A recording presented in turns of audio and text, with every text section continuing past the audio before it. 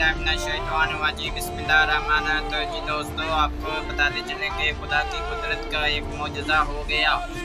और आप ये वीडियो में देख सकते हैं कि एक जगह पर जब सैलाब आया तो एक बुजुर्ग ने कुरान मजीद को पकड़कर सैलाब के सामने किया तो सैलाब रुक गया।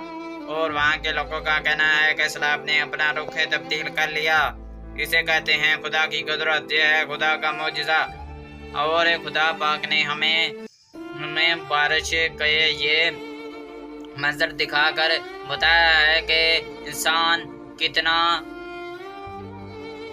बेहिस है, यानी कि एक पानी को इंसान नहीं संभाल सकता। आज तक जो लोग ये सवाल करते थे कि पानी में डूबकर पूरा हज़रत नूह अलैहिस्सलाम की कौम कैसे